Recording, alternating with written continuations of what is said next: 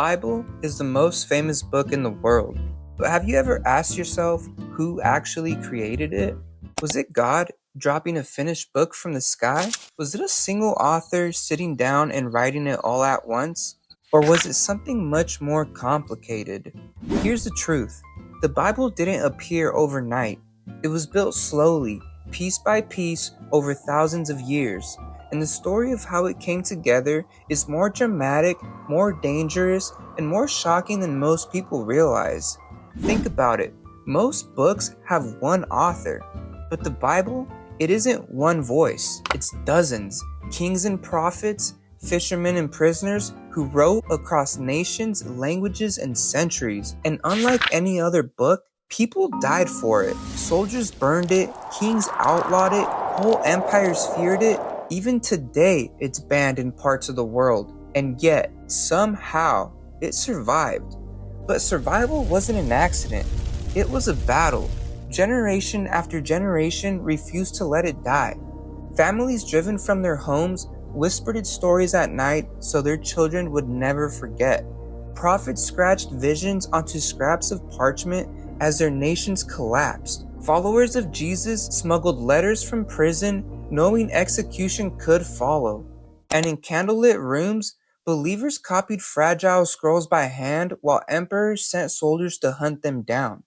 Every step forward was a battle, and yet, through centuries of chaos, the Bible endured until it became the one book billions call the Word of God and millions more fiercely reject. So here's the real question. Who decided what belonged in it? Who gathered these scrolls and letters into one book? And ultimately, who really created the Bible? Let's rewind all the way back to the very beginning. To understand who created the Bible, we have to start in a time before the Bible even existed. It didn't begin with pages or scrolls or even ink. It began with real people having real experiences that they believed were with God Himself. Around desert fires, beneath open skies, parents told their children about the world's first moments. A God who spoke light into existence, a garden where humanity walked beside Him, and a flood that nearly erased everything. These weren't bedtime stories, they were the world's first history, the only record of where people believe they came from and why they existed. In a world without paper, without libraries, without even written language, memory was survival. Generation after generation carried these stories until finally someone began to write them down. The first words of the Bible weren't penned in a quiet study or palace. They came from the wilderness. After God freed Israel from slavery in Egypt, He brought them to a mountain called Sinai. There was smoke and thunder that shook the ground. God called Moses up to the mountain to make a covenant, a real relationship with real terms. Moses came down with 10 commandments carved in stone, a simple summary of how to love God. No idols, honor His name, set aside time for Him, and how to love people.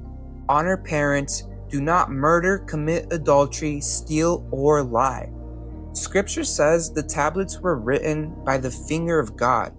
But Moses didn't stop there. He recorded Israel's earliest history, their escape from slavery, their covenant with God, their failures, and their victories. Those writings became the foundation of what we now call the Torah, the first 5 books of the Bible.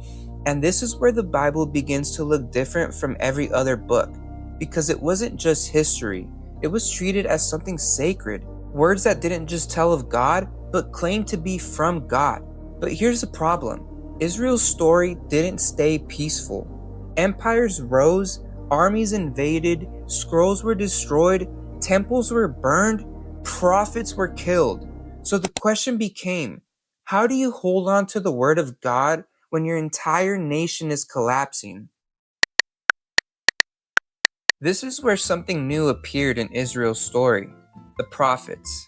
And if you're new to this, a prophet wasn't a fortune teller with a crystal ball. A prophet was someone chosen to speak for God, sometimes to warn, sometimes to comfort, sometimes to reveal the future. And almost always, they were hated for it.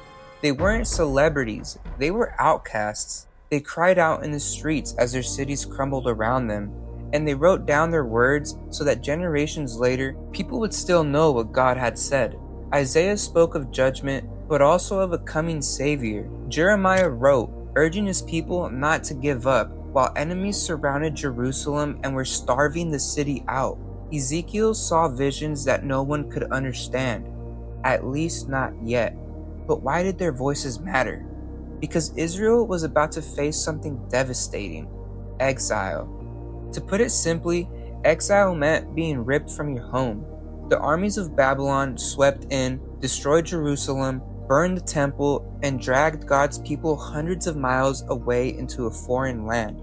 Imagine everything you know, your home, your place of worship, your identity, wiped out in a single invasion. That was exile. And yet, in exile, the prophet's words became lifelines. With no temple, no kingdom, no power, all they had were the scrolls, fragile copies of God's word that they clung to like treasure.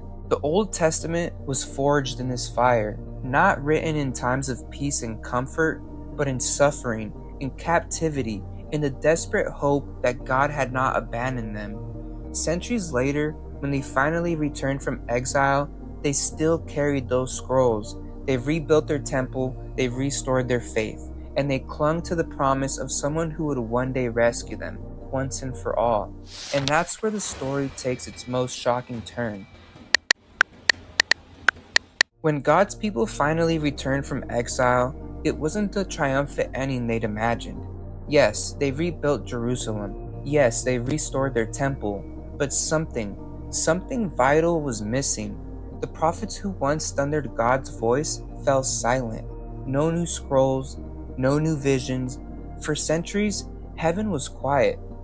Imagine being one of God's chosen, and generation after generation passes with no new word from him. Families still read the old scrolls, priests still offered sacrifices in the temple, but there was this deep ache. When will God speak again? When will he send the Savior the prophets promised? And as centuries passed, new empires rose: the Persians, the Greeks, the mighty Romans, each stronger than the last. And Israel, still small, still struggling, still waiting. But the silence wasn't empty. It was the pause before the final act, the world holding its breath.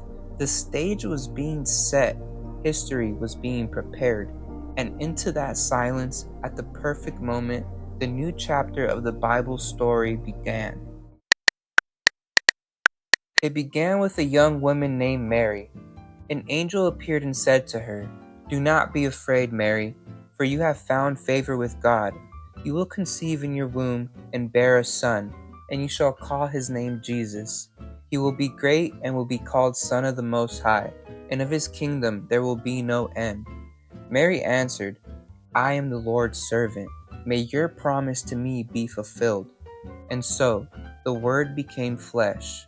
Pause for a second, because this is a turning point. Up until this moment, the Bible was a story about God's people, but for the first time, the author himself steps into his own story. Jesus never wrote a book. He lived the message. He healed the sick, told parables that shattered people's assumptions about life and God. He confronted corrupt leaders and even dined with the outcasts. Everywhere he went, people whispered, "Is this the one? The Messiah we've been waiting for?" Because Jesus didn't just teach. He loved in a way the world had never seen. He touched the untouchable, defended the shamed, wept with the grieving, forgave sinners, calmed storms, and healed the broken. He spoke of God not as a distant force, but as a father, and he claimed authority to forgive sins and remake hearts. That kind of love and that kind of authority shook the powerful. Some religious leaders felt exposed. Rome feared unrest, so they moved to silence him. He was betrayed, condemned, and crucified. From the outside, it looked like failure, but this was the moment he came for. On the cross, Jesus offered himself, the innocent for the guilty, taking our sin and shame into his own body so mercy could reach us without denying justice. As the prophets said, by his wounds we are healed. And then came the claim that set history on fire. He rose. Death could not hold him. The one who had been beaten, pierced, and buried was alive, not as a ghost, not as a memory, but standing, speaking, eating with his friends again. The same hands that were nailed to the cross now reached out to bless them. His resurrection wasn't just a miracle, it was a declaration. Death had lost its power. The curse that began in the Garden of Eden had been broken. For Christians, that morning is the center of everything, because if Christ truly rose, then every word he spoke is true. His cross is no longer a tragedy, it's a victory. For those who accept him, the grave became a doorway, forgiveness now, a new heart today, and life with God that even death can't destroy. The world would never be the same. His followers began writing letters and gospels, desperate to tell the world what they'd seen. A fisherman named Peter, a scholar named Paul, men and women who had walked with him, all writing the story of what they witnessed. Those writings became what we now call the New Testament. And just like Moses and the prophets, these words weren't treated as ordinary. They were sacred, seen as God speaking through human voices. But now, a new problem emerged. Dozens of writings were circulating, some true, some forged, some bizarre. So the question became, which of these truly belonged in the Bible? The first Christians didn't carry a bound Bible. They passed around letters, scrolls written on fragile sheets of papyrus. One church might have a letter from Paul, another might have a Gospel of Mark. Most believers had only fragments, but they treated every word like treasure. Then came the danger. Fake writings began to appear, stories twisting what the apostles had actually taught. The church fought to preserve truth, the emperors hunted them, homes were raided, scrolls burned, and anyone caught copying or hiding them faced death. Yet, underground, by candlelight, they copied these words anyway. In hidden tunnels beneath Rome, they whispered the same passages we read today.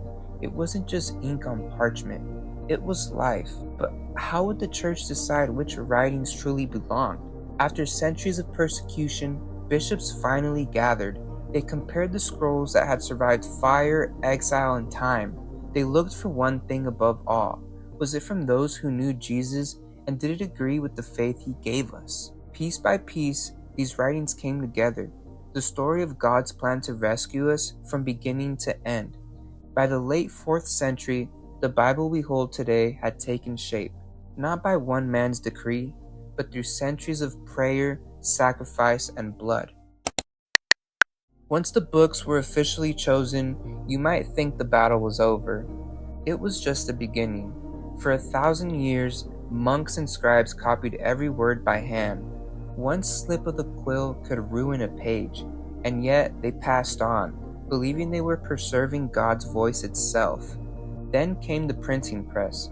Suddenly, the Bible could spread faster than an army.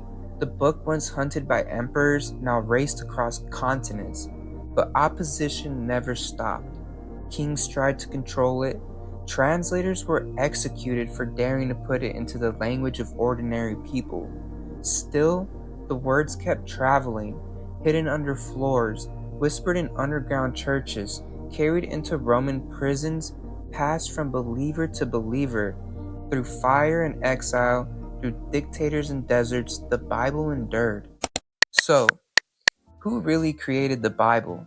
On the surface, it seems simple. Dozens of human authors across centuries writing in different lands, languages, and styles. Most never met each other, yet the books they wrote ended up weaving the same story. That harmony isn't proof of human genius. It points to a guiding hand.